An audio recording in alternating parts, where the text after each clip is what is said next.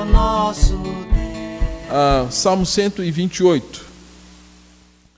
Bem-aventurado o homem que teme ao Senhor e anda nos seus caminhos. Pois comerás do trabalho das suas mãos, feliz serás e tudo te irá bem. Em tua casa, tua mulher será como uma videira frutífera e teus filhos como os brotos da oliveira ao redor da tua mesa. Assim será abençoado o homem que teme o Senhor. O Senhor te abençoe desde Sião, para que vejas a prosperidade de Jerusalém todos os dias da tua vida, e vejas os filhos de teus filhos, a paz esteja sobre Israel.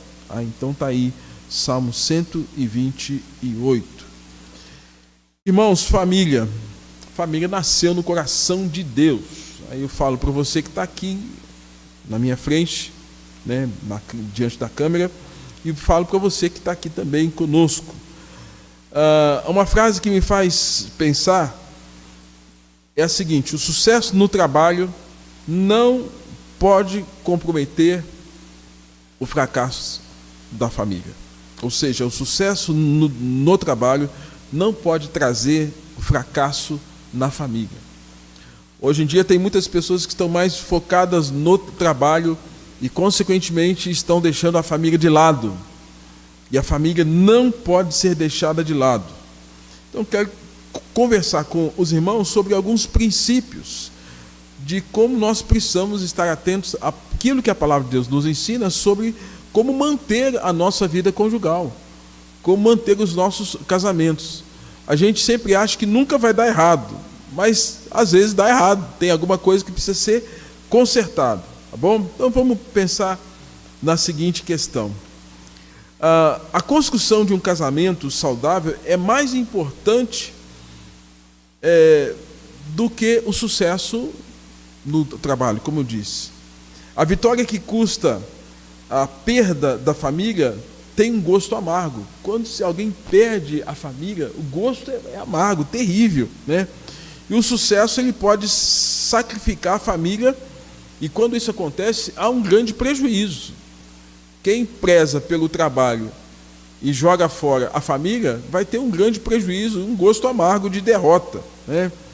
E aí nós precisamos então aprender alguns princípios bíblicos de como a gente deve fazer para manter a nossa família. Eu já dei alguns testemunhos, né? Eu sou casado há 28 anos praticamente, e não é fácil a gente manter a vida conjugal. Apesar de eu ser pastor, não significa que eu e minha esposa tivemos momentos tranquilos, momentos turbulentos, adaptação, início do casamento, finanças, pessoas que são diferentes de temperamento, de personalidade, vivências e criação distinta, diferente. Agora duas pessoas estão agora dentro da mesma casa, debaixo do mesmo teto. E uma frase que a gente sempre usa é que eu sempre ouvi isso de um presbítero Dorival, lá de Botucatu. Ele fala: pastor, quando as pessoas casam, cada um tem a sua mala, mas no dia do casamento eles vão ter que desfazer da mala que trouxeram para fazer uma mala só. E é verdade, vão ter que desfazer de um monte de coisa que ficou para trás para ter uma só mala, e agora entrar dentro daquela casa com uma mala só. E um monte de coisa tem que deixar para trás. Gente que traz um monte de coisa da vida antes do casamento, ela ou ele, e deixa aquilo infectar o casamento, isso traz um grande prejuízo, né?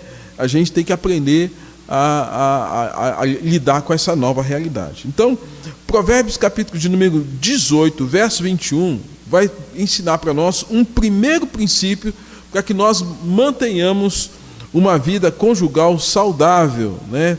Eu vou então interagir também com quem está no templo aqui, tá? Então, se alguém achou, leia para mim Provérbios 18, 21. 18, 21. Se alguém achou, pode ler aí, e depois eu releio aqui junto com os que estão em suas casas. Provérbios 18, 21. Se alguém achou, pode ler.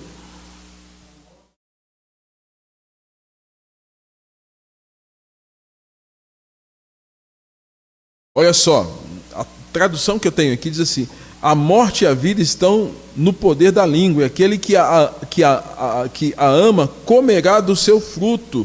A morte e a vida estão no poder da língua, e o que bem a utiliza vai comer do seu fruto. Ou seja, aqui Salomão, que é um dos homens mais sábios que já passou por essa terra, ele faz a comparação de duas coisas antagônicas, a morte e a vida. E fala que tanto uma como outra vai passar pela língua. Com a língua eu posso matar e com a língua eu posso trazer vida, né? Então o que a gente pode aprender sobre o princípio, sobre esses aspectos, para que tenhamos o princípio de um casamento saudável, um relacionamento saudável? Primeiro princípio é desenvolver uma comunicação eficaz. Comunicação. Quando eu falo de comunicação, eu estou falando de conversa. Nós precisamos desenvolver uma comunicação eficaz. A comunicação é o oxigênio que possibilita a família respirar. A vida e a morte estão no poder da língua. Podemos dar vida ou matar o relacionamento familiar, dependendo de como nós nos comunicamos. Ele fala A, ela entende B. Ela fala B, ele entende A. E aí acaba que não há uma comunicação saudável e clara. Domingo, inclusive, eu disse que todo processo de comunicação tem emissor, mensagem, receptor. Primeiro eu emito, eu falo, tem uma mensagem aqui, o outro está do outro lado recebendo. Essa mensagem ela tem que ser clara. Se ela não for clara, se ela não for ajustada, essa mensagem vai chegar do outro lado de forma difusa, confusa, né? E aí, quem está aqui precisa saber interpretar essa fala e devolver. E nisso a gente tem uma comunicação. Comunicação são duas pessoas que estão em si interagindo. E aí Provérbios está falando que na nossa comunicação, no uso da nossa língua, tem vida e tem morte, né? O processo da morte, do diálogo, é como uma separação gradativa. Quando, num casamento, você vai começando a perder a capacidade de conversar, de falar, é sinal que o casamento está entrando em falência. E quando acaba o diálogo, as pessoas parecem morrer por dentro. A falta de diálogo tem sido uma das principais razões para que haja crise conjugal e até mesmo para muitos divórcio. Então a falta de comunicação é um grande problema.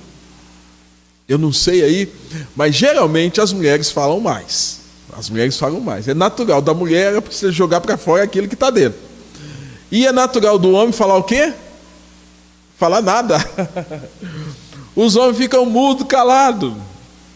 Enquanto as mulheres precisam expressar aquilo que está dentro delas, enquanto ela não coloca para fora, não resolve aquilo que está dentro, o homem fica mudo, fica calado. E aí, o que acontece?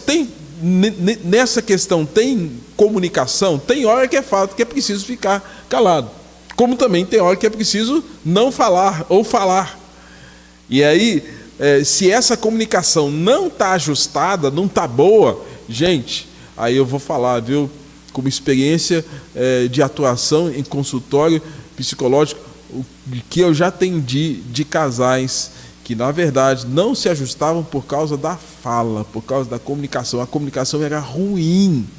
E se a comunicação é ruim, como é que você vai esperar do outro alguma coisa? Então, há famílias nas quais o silêncio gelado já substituiu aquela conversa saudável. Antes era uma conversa até bobinha, né? Uma conversa até infantil. E depois alguma coisa pode ter acontecido em muitos casamentos que essa comunicação ficou ruim. E aí há lares nos quais farpas venenosas de acusações, insinuações, ferem as pessoas e deixam os relacionamentos adoecidos. Há famílias nas quais o perdão jamais é oferecido. As mágoas jamais são tratadas e a comunicação torna-se cada vez mais truncada. Uma coisa que eu falo para casais, quando dou a palestra para casais, eu sempre falo que há 3 coisas que nós não podemos deixar de falar num relacionamento conjugal. E aí em outros também, né? Eu te amo, eu errei e me perdoe. Palavrinhas mágicas. Palavrinhas que a mulher precisa ouvir. O amor do marido. Até porque a Bíblia fala, maridos, amai a vossa mulher. Não que ela não deva amar. A mulher ama naturalmente. Tem mais facilidade para mostrar o quanto ama. Né? Eu te amo. Ela dizer, ele dizer. Eu errei. Gente, nós somos pecador. E como pecador, o que vai acontecer? De vez em sempre nós vamos errar. E o lugar que a gente mais erra é dentro de casa. Por que a gente erra? Porque lá a gente fica mais natural, a gente abaixa a guarda, lá a gente fica mais relaxado, digamos assim, e lá é que a gente vai errar mais. Quer saber dos meus erros? Pergunta para minha esposa. Quer saber dos erros dela? Pergunta para mim. A gente não vai falar, né? Evidentemente. Sou bobo. Mas é a esposa que sabe dos seus defeitos. É o marido que sabe dos defeitos da Dona Maria aí. E o que acontece? A gente tem que admitir que a gente, embora sejamos pecadores, arrependidos, justificados, nós erramos. E às vezes erramos até na tentativa de acertar. Então, uma palavra que não pode ser esquecida no casamento é: eu errei. Eu errei. Aí você vai abaixar a guarda, porque o outro vai falar assim: nossa, ele está reconhecendo que ele não acerta o tempo todo. E a pior coisa que tem num casamento é quando o casal começa a achar que cada um é dono da cocada preta. E a razão é sempre unilateral. Eu tenho razão, ela tem razão. Quem é que vai ter razão nisso? Onde é que você vai encontrar acordo nisso? E a Bíblia fala assim lá em Amós: quando 2 pessoas não tiverem acordo, como é que elas vão andar juntas? O cara pensa A, a mulher pensa B. Não tem acordo. Não tem como andar junto. É bíblico isso. Então, se cada um tiver a sua razão, vai dar zebra, vai dar errado. E aí o que tem que acontecer, gente, é cada um se humilhar, baixar a bola. Opa, pega um pouquinho. Não estou tão certo assim, eu preciso aprender com ela, aprender com ele. E se eu errei, me perdoe. Né? E é uma palavrinha simples. E nós oramos assim, né? Perdoa as nossas ofensas, como nós temos perdoado a quem tem. Então a gente fala assim: Deus, me perdoe. Aí você está diante do seu marido ou da sua esposa: não te perdoo, não perdoo. Gente, aí não tem jeito, né? Agora, como é que você vai pedir perdão para Deus se aquilo que o outro que está do seu lado, que você já está casada com ele, casada com ela, já se são uma só carne? Como é que lida com essa questão agora que você é uma só carne com ela e ele e não perdoa ela ou ele?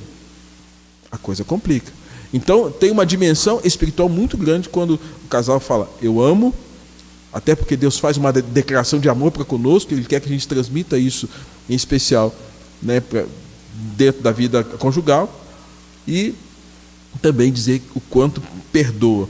E a terceira palavra: eu errei, me perdoe, eu te amo. Né? Então, ter essas 3 palavrinhas: eu te amo, eu errei, me perdoe. Olha, o erro foi meu, peço o teu perdão, peço a tua compaixão, peço graça para você diante da minha limitação. E não são poucas vezes, irmãos, que nós precisamos pedir perdão. Fala: gente, que burrada que eu fiz. Que burrada, né? Aí a gente fica lá durão. Não, peça perdão, acerta isso com ela, porque acertando com ela, acertando com ele, você vai acertar com quem? Com Deus, tá? Então, primeiro aspecto, então, é desenvolver uma comunicação eficaz. Segundo aspecto que a gente pode aprender, Efésios capítulo 5, verso 29. Se alguém achou, leia para mim, por favor. Efésios 5, 29.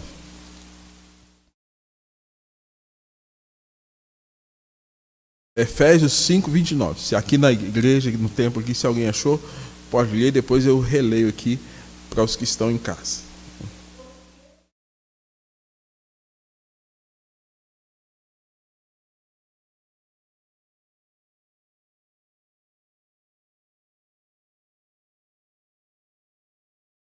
Valeu, Caio. Pois ninguém jamais odiou o próprio corpo, antes alimenta e dele cuida. Assim também Cristo em relação à igreja. O que esse texto está falando para nós? Está falando que Jesus é comparado como o cabeça, o marido, o esposo. A igreja é comparada como a noiva, a esposa. E o que Jesus Cristo faz? Jesus ele não descuida da sua noiva. Jesus ele cuida da sua noiva, que é a igreja. E quem é a igreja? Você, sou eu. Como nós também devemos tratar e cuidar do nosso noivo. Como igreja, o nosso noivo é quem? É Cristo. E é nessa relação que faz-se a comparação da figura do homem e a figura da mulher, nessa ideia do cuidado, relação de cuidado, né? Então, gente, o que está acontecendo? Talvez agora, por causa da pandemia, e isso já foi constatado, muitos casais, pelo fato de estarem tendo um tempo maior juntos, eles estão entrando em atrito. Mas antes da pandemia, o grande problema era que os casais não tinham tempo um para o outro. Ele trabalhava demais, ela trabalhava demais, e quando estava em casa, só cuidando das tarefas operacionais, da compra, casa limpa, os filhos, e o casal quase que não tinha tempo para estar junto, numa conversa íntima, num tempo de romantismo, de intimidade, né? E, consequentemente, ocupados demais, não tinham tempo para cuidar de quem? Do outro. E parece que agora, com a pandemia, os casais passaram a ter tempo demais, só que agora esse tempo ficou um tempo de má qualidade. Por que é um tempo de má qualidade? Porque às vezes ambos ficam nas tecnologias, né, nos celulares da vida, ou então não se ajustaram de tal forma que não sabem lidar com esse imenso tempo que passaram a ter por causa do fato de que a pandemia empurrou todos nós para um tempo muito maior dentro de casa. Geralmente antes era 8 horas para dormir, 8 horas para trabalho e 8 horas para diversão, né? Outras coisas que você pode fazer. Agora tem 8 horas para ficar dentro de casa, mais 8 horas para trabalhar dentro de casa, mais 8 horas para divertir dentro de casa. Então você fica 24 horas dentro de casa. E nesse excesso de contato, os casais estão entrando em atrito. Provérbios fala assim: o ferro com ferro se afia. Mas o que está tendo? Está tendo muito atrito. No entanto, o índice de separação e até de violência doméstica passou a ser muito alto agora. Então, é sinal que o casal antes não se conheciam e agora, por conta da pandemia, pelo excesso de tempo dentro de casa, eles passaram a se estranhar ali. E, consequentemente, isso acontece, sabe por quê? Por falta de tempo de lidar com as diferenças. Não aprenderam a lidar com essas diferenças. Então, se não dispusermos de tempo para a família, mas um tempo de qualidade, poderemos ter muito sucesso fora de casa, mas mais cedo ou mais tarde, ao olharmos para trás, sentiremos um grande pesar.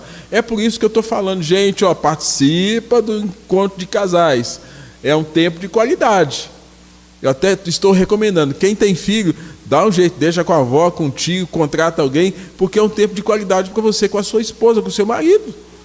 É um tempo de qualidade. Vai pensar outras coisas, vai ter outros casais também, alguém ministrando especificamente, é tempo de qualidade. E o que tem acontecido? As pessoas hoje não têm mais um tempo de qualidade dos seus relacionamentos. E aí, a Bíblia está dizendo que Jesus, ele cuidou da noiva, que é a igreja. Ele cuida dessa noiva. Como essa noiva deve honrar o seu noivo. Então, quem ama, declara que ama. Quem ama, tem tempo para a pessoa amada. Quem ama, procura agradar a pessoa amada. E os casais mais felizes são aqueles que encontram tempo para estarem juntos. Às vezes, gente, a gente pode até ter uma noção errada de vida conjugal. E eu posso dizer assim, como pastor, eu também já tive os meus momentos de erro. Eu me lembro que um dos momentos da minha vida que me chamou muito a atenção sobre qualidade de tempo, né? Eu sou pastor praticamente desde 1992, quando eu fui ordenado pastor. E diz que todo pastor tem a outra, né? E a outra é a igreja.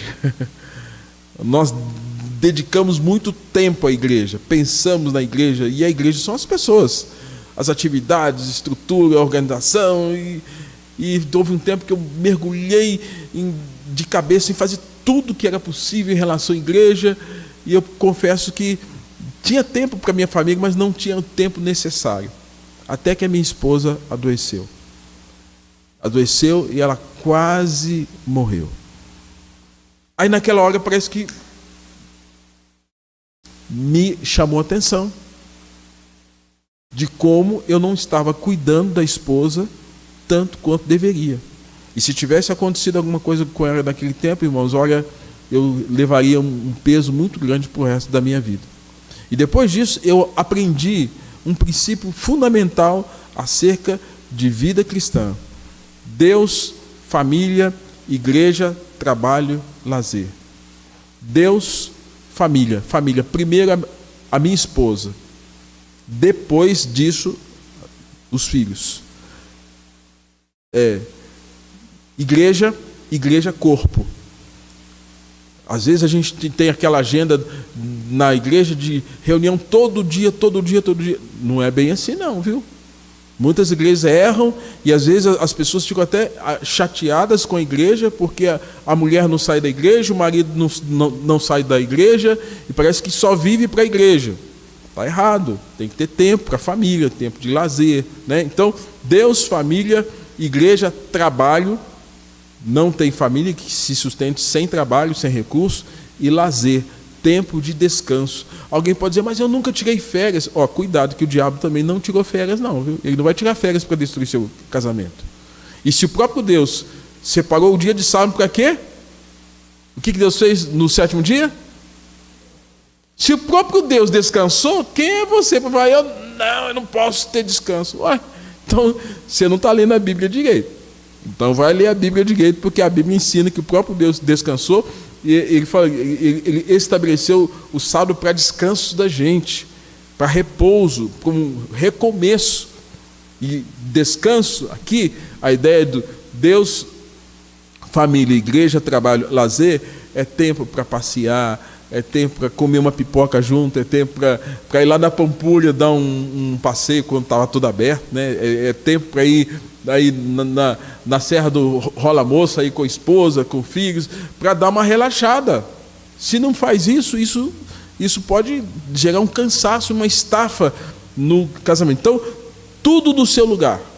Deus, família, igreja, trabalho, lazer. Tempo de qualidade.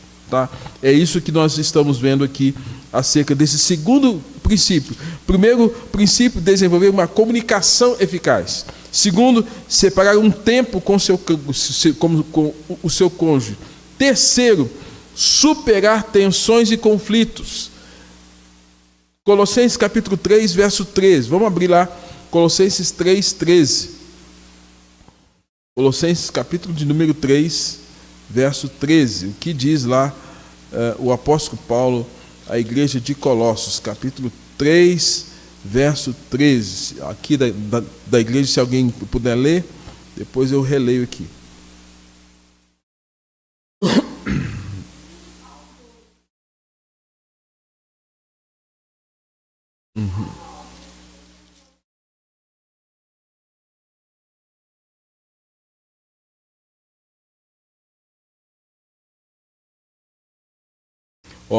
Lendo aqui agora. Suportando e perdoando uns aos outros, se alguém tiver alguma queixa contra outro, assim como o Senhor vos perdoou, também perdoai.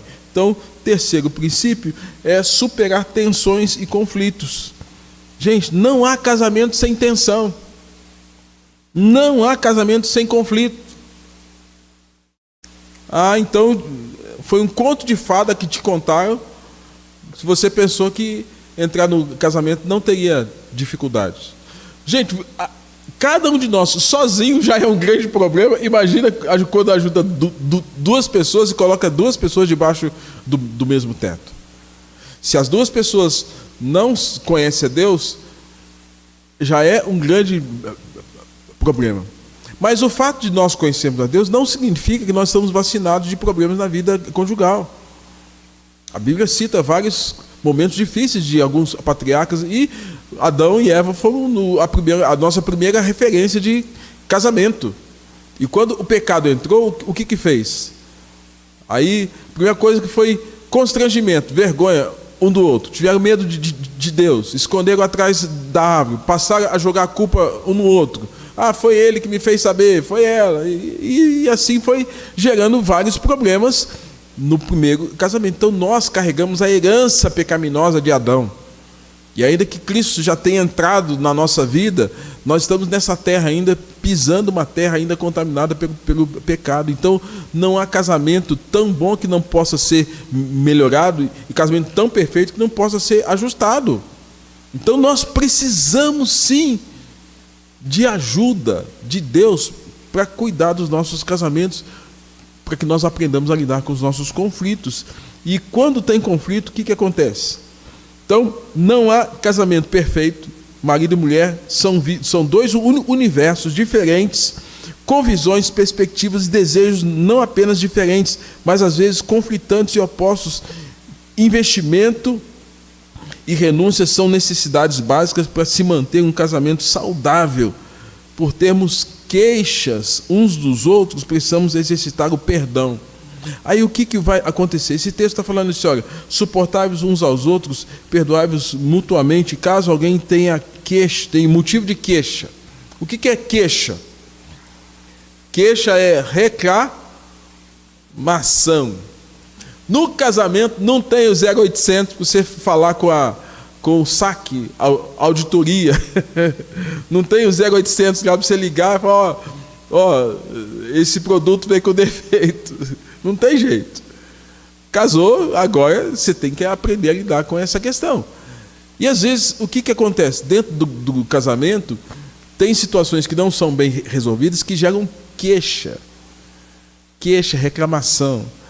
Aí, o que geralmente acontece? Geralmente, a queixa da mulher ou vai para a melhor amiga, ou vai para a mãe dela.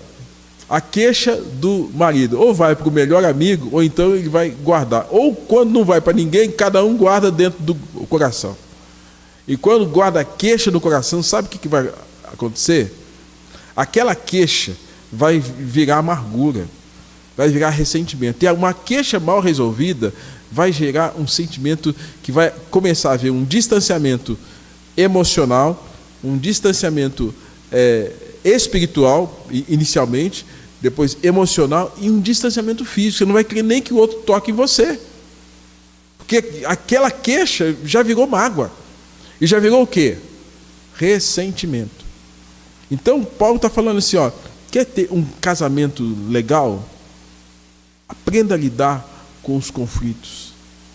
Aprenda a lidar com os conflitos. E lembre-se o seguinte, que Paulo chega a dizer assim, não se põe o sol sobre a vossa ira.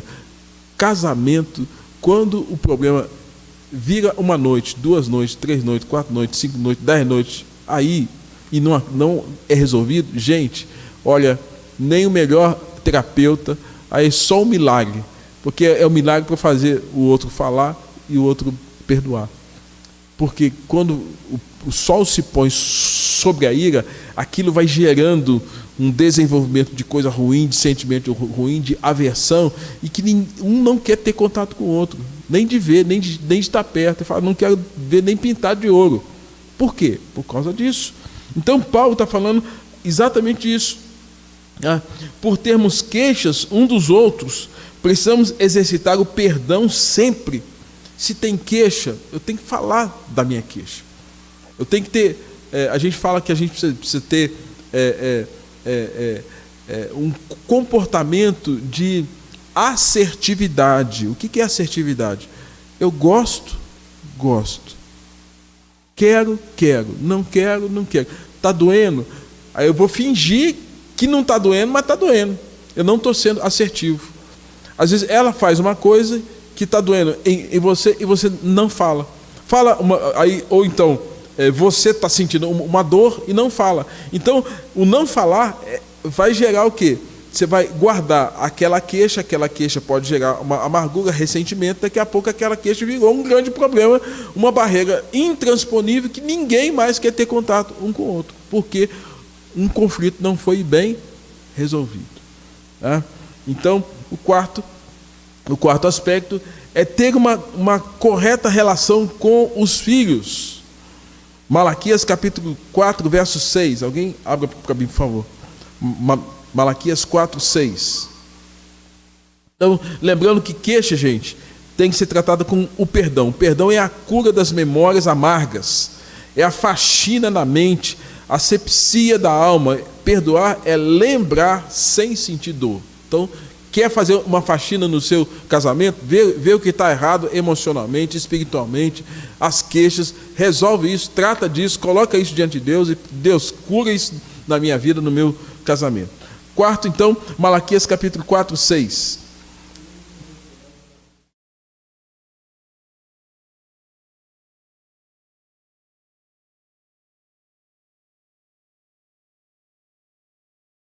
A Bíblia está dizendo, no último livro do Velho Testamento, Malaquias, até o último versículo, né, lá do livro de Malaquias, né, que Deus ele há de converter o coração dos pais aos filhos, o coração dos filhos aos pais, para que não venha e fique a terra com maldição. Né? Gente, olha só que texto interessante. Né? Então, se a gente pensar em individualidade, personalidade, cada um tem a sua.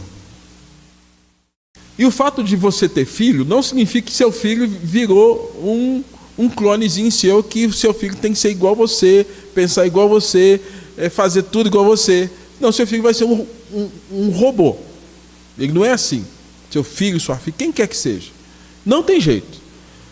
Você pôs uma pessoa no mundo, aquela pessoa vai ser uma pessoa e que vai aprender a lidar com a vida a partir do ambiente social que ela vive, que é a sua casa. E o lugar que a gente mais vive é dentro do contexto familiar. Então ela vai aprender a ser gente com você. Você que é pai, você que é mãe. Vai aprender a lidar com a vida com você. Se você for sábio, vai poder passar muitos valores para esses filhos nesse contexto da formação deles enquanto eles estiverem debaixo da sua asa. Tá? Lembrando que até os 7, 9 anos, os valores já estão feitos ali. Então, faça a coisa certa até essa idade. Porque se você fizer coisa errada até essa fase, depois para você consertar vai ser muito difícil. Tá?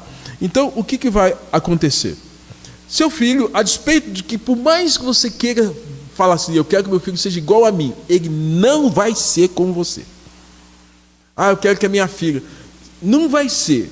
Pode até ser que na aparência seja mais parecido com o pai, com a mãe, mas lá dentro não tem jeito. E aí, às vezes, o que pode acontecer? Nós, como pais, às vezes a gente acha que é douto em tudo, né? A gente quer que o filho seja igual a gente. E a gente começa a perceber o seguinte, depois dos 14, 15 anos, os filhos falam assim, não, eu? E os filhos, como eu disse, já que a esposa conhece os nossos defeitos, os nossos filhos conhecem também quais são os nossos defeitos. Aí os filhos começam a olhar para fora de casa e começam a olhar os músicos, os artistas, o professor da escola, todas as referências de liderança externa, e ele começa a falar, nossa, aquelas que são as minhas referências. Aí os filhos começam a abandonar a figura dos pais e olhar para fora, porque eles estão numa busca de uma identidade. E eles não querem, em hipótese alguma, ter essa identidade dos pais. É por isso que, de repente, seu filho começou a simpatizar com um jogador de futebol e passa a ser o ídolo dele. Um cantor, um político, um professor. Nossa, meu filho gosta tanto do professor, parece que ele gosta mais do professor do que de mim. Ou até pastor, né? Alguns jovens aí que são criados, não, eu quero, né, o pastor falando então é minha referência. E os pais ficam até enciumados por isso. Gente, isso é natural. Sabe por quê? Porque eles estão vendo no aspecto social níveis de identificação. E vão começando a se afastar dos pais, de não querer nem andar com os pais.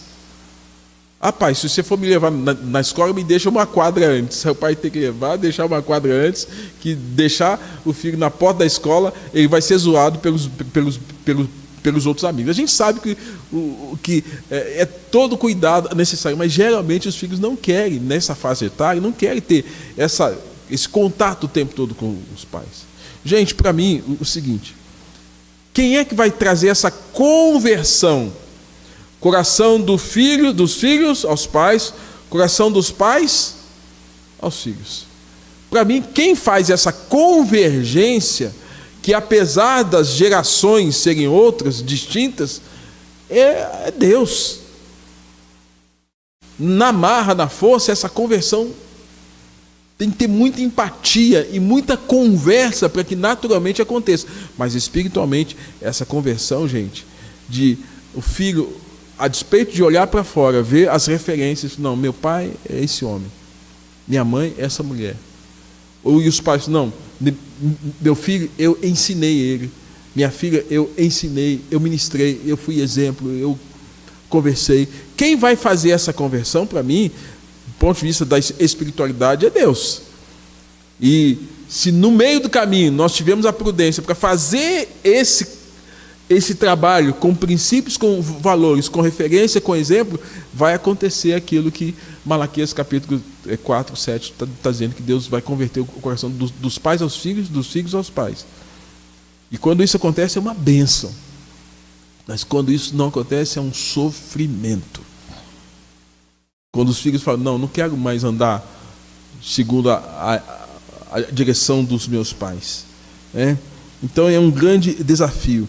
Alguém já afirmou de forma jocosa que a loucura é hereditária, é transmitida dos filhos para os pais.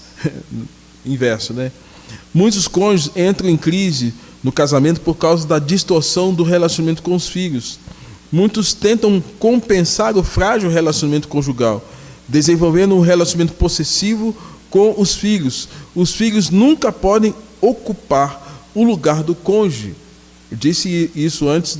Deus, família primeiro esposa, depois esposo, depois filhos. A atenção primeira é com o cônjuge, não o inverso.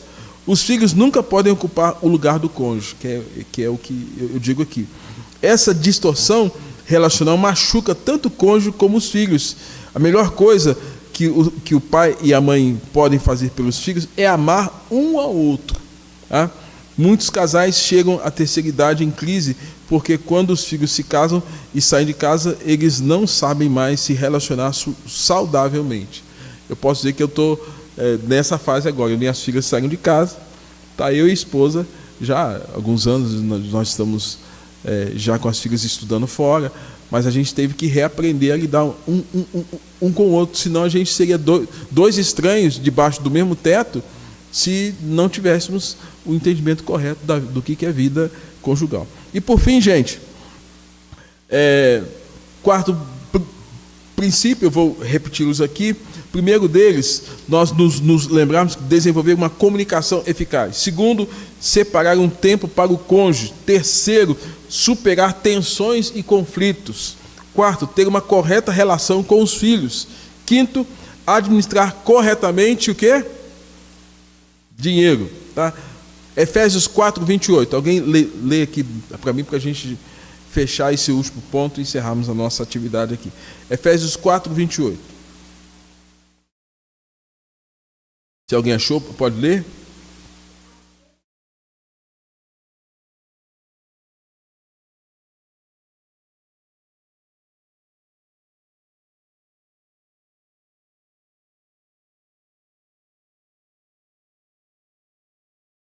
Ok. Valeu, Caio. Paulo está falando assim, aquele que furtava, não furte mais.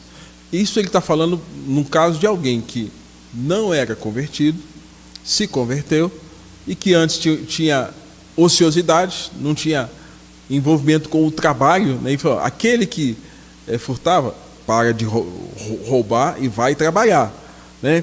E trabalhar para que tenha com que acudir ao necessitado. Então, dentro de uma estrutura chamada casamento. Não existe casamento sem recurso, sem dinheiro, a não ser que alguém more lá no meio da selva amazônica, né, lá onde você vive só da caça, do peixe, do animal que você mata. Mas hoje a nossa vida está muito urbana, né? Hoje a gente está no contexto de cidades e aí precisa de trabalho para poder sobreviver. E trabalho é o que eu realizo durante a jornada de um dia, de uma semana, de um mês, e ao final desse período eu tenho um elemento compensador, que é o salário, né, da energia que eu depreendi para lidar com aquela questão do trabalho. Todos nós precisamos. E o próprio Deus diz que com o suor do rosto ganhará o pão de cada dia. E dentro desse princípio, Gênesis capítulo 2, 23, 24, fala: por isso deixa o homem pai e mãe e une-se a sua mulher. Deixar pai e mãe significa, ó, eu tenho agora dinheiro para me manter, eu sei como me manter. Isso se chama autonomia. Eu já sei cuidar de mim. Então, já que eu sei cuidar de mim, eu não preciso mais do amparo do pai e da mãe. Agora eu vou sair para construir a minha família. Eu vou ter agora a minha esposa, vou ter o meu marido, né? A questão do trabalho ficou assim, realmente fora, mas voltada para a figura do homem mesmo. Embora Provérbios capítulo de número 31, quando fala da mulher sábia, fala dessa mulher que sai à luta e que vai atrás e que corre para que tenha com que ajudar o seu marido, né? E é o estilo da mulher moderna hoje, que também trabalha, né? Ela está também em busca do sustento para prover a casa. Mas o que a gente precisa entender? O resultado do trabalho é salário, dinheiro, pagar as contas, alimento, moradia, transporte, estudo, lazer, né? Então, administrar isso tudo aí, com muita, beleza, mas com pouco é um grande milagre, um grande desafio para todos nós, né? Quando a gente tem pouco, tem que fazer muita coisa. Então, muitos casais não sabem lidar com o dinheiro. Vivem sempre atolados em dívidas, comprando o que não precisam, com o dinheiro que não têm, para impressionar pessoas que não conhecem. Eu vou repetir, né? Muitos casais vivem sempre atolados em dívidas, comprando o que não precisam, com dinheiro que não têm, tá? Para impressionar as pessoas que não sabem nem quem são. Então está fazendo coisa para aparecer. Só que isso traz problema. Muitos casais, uma frase que eu já ouvi que diz assim: quando a dívida entra pela porta da sala, o amor sai pela janela. A dívida entrou pela porta da sala, o amor sai pela janela. Pode ser o casal que for. Entrou dívida, não dorme, atormentados, e consequentemente o amor vai embora, né? Então, gastar mais que se ganha, viver de empréstimos, pagando juros, representa um grande perigo para a família. A dívida coloca um tremendo peso sobre o relacionamento, no caso dos casais. É melhor viver uma vida mais modesta do que viver uma vida de aparência. É melhor pouco com paz do que o muito com o espírito atormentado.